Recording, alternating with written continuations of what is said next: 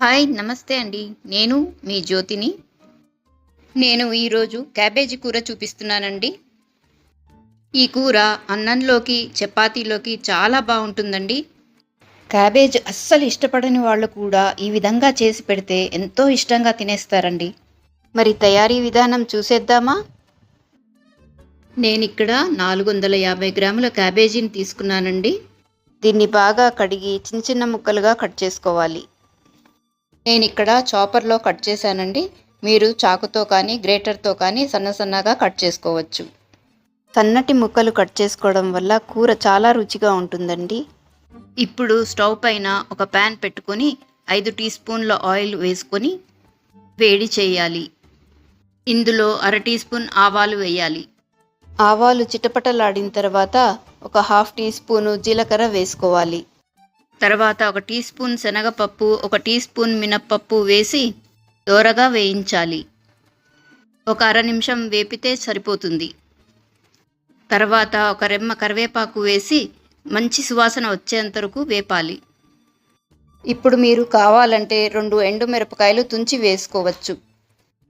ఈ పోపులోకి సన్నగా తరిగి పెట్టుకున్న క్యాబేజీని వేసుకోండి.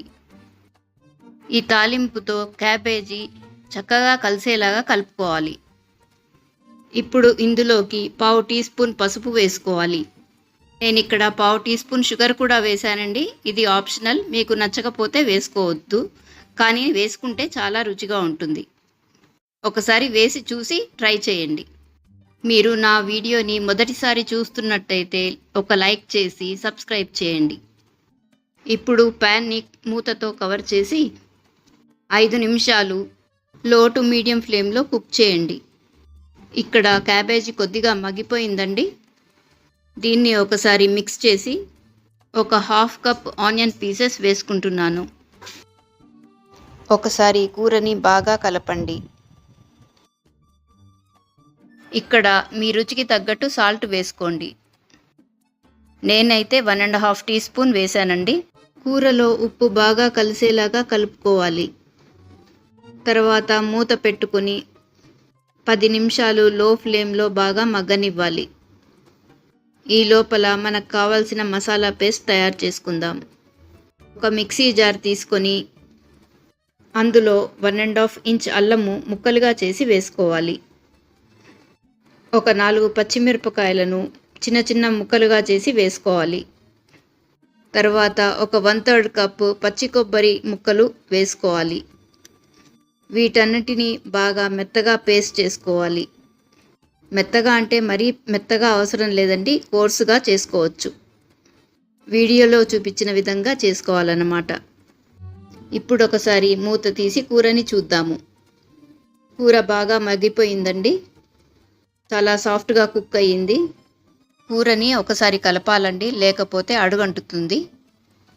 కూర బాగా కుక్ అయిపోయిందండి. ఇప్పుడు మనము గ్రైండ్ చేసుకున్న పచ్చి కొబ్బరి పేస్ట్ని వేసుకోవాలి.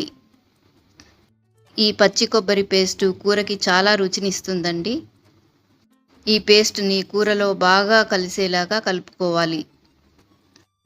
ఇక్కడ నాకు 1/3 కప్పు పేస్ట్ సరిపోలేదు, అందుకనే ఇంకా 2 టీ స్పూన్స్ పేస్ట్ ఎక్స్ట్రా వేసి కలిపానండి. మీకు ఎంత కావాలో మీ రుచికి తగ్గట్టుగా మీరు వేసుకోవచ్చు. నా వీడియో గనక మీకు నచ్చినట్టయితే లైక్ బటన్ని ప్రెస్ చేసి సబ్స్క్రైబ్ చేయండి. ఇప్పుడు మూత పెట్టి 5 నిమిషాలు లో ఫ్లేమ్లో మగ్గనివ్వాలి. 5 నిమిషాల తర్వాత ఒకసారి మూత తీసి చూద్దామండి. చాలా బాగా కుక్ అయింది కూర అయితే మాత్రము. ఈ స్టేజ్లో మీకు ఉప్పు సరిపోకపోతే కనుక వేసుకోవచ్చు. కొద్దిగా కొత్తిమీర కూడా సన్నగా కట్ చేసుకొని వేసుకోండి. క్యాబేజీ మన ఆరోగ్యానికి చాలా మంచిదండి. క్యాబేజీ రోగనిరోధక శక్తిని, అరుగుదలను పెంచుతుంది. గుండె జబ్బులు, డయాబెటీస్ నుంచి కాపాడుతుంది. ఇక్కడ మన కూర కూడా బాగా మగ్గిపోయిందండి. ఈ స్టేజ్లో మీరు మంచి రుచి కోసము 1 టీ స్పూను కారపొడిని వేసుకోవచ్చు. కారం ఎక్కువ తినని వాళ్ళైతే స్కిప్ చేసేయచ్చు, కానీ కారపొడి వేస్తే టేస్ట్ చాలా బాగుంటుందండి. ఇప్పుడు మూత పెట్టి 5 నిమిషాలు లో ఫ్లేమ్లో కుక్ చేసుకోండి. మన రుచికరమైన క్యాబేజీ కూర రెడీ అయిపోయిందండి. ఒక సర్వింగ్ బౌల్లో తీసుకొని రైస్తోనూ చపాతీతోనూ వడ్డించేయండి. ఒక్కసారి ఈ క్యాబేజీ కూర తిన్నారంటే మళ్ళీ మళ్ళీ కావాలని అడుగుతారు. అంత బాగుంటుంది ఈ క్యాబేజీ కూర.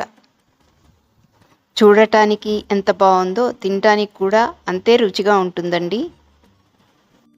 ఇప్పటి వరకు నా వీడియో చూశారు అంటే నా వీడియో మీకు నచ్చిందని నేను నమ్ముతున్నాను. మీకు నా వీడియో నచ్చితే కనుక ప్లీజ్ ఒక లైక్ చేయండి, సబ్స్క్రైబ్ కూడా చేయండి. Thank you for watching. Bye అండి. మళ్ళీ నెక్స్ట్ వీడియోలో కలుద్దాం.